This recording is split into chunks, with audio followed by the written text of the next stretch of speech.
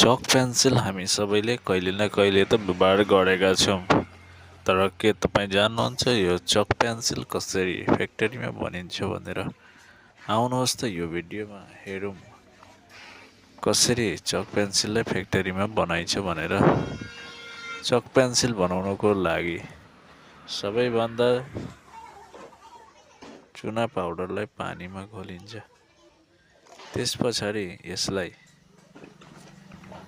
एउटा साँचोमा हालिन्छ अनि माथि एक्स्ट्रा भएको चुनलाई बाहिर निकालेर फ्याँकिन्छ। अनि एकछिन सुके पछाडि यी चकलाई निकालिन्छ अनि यसलाई फेरि 2-4 दिन घाममा सुकाइन्छ।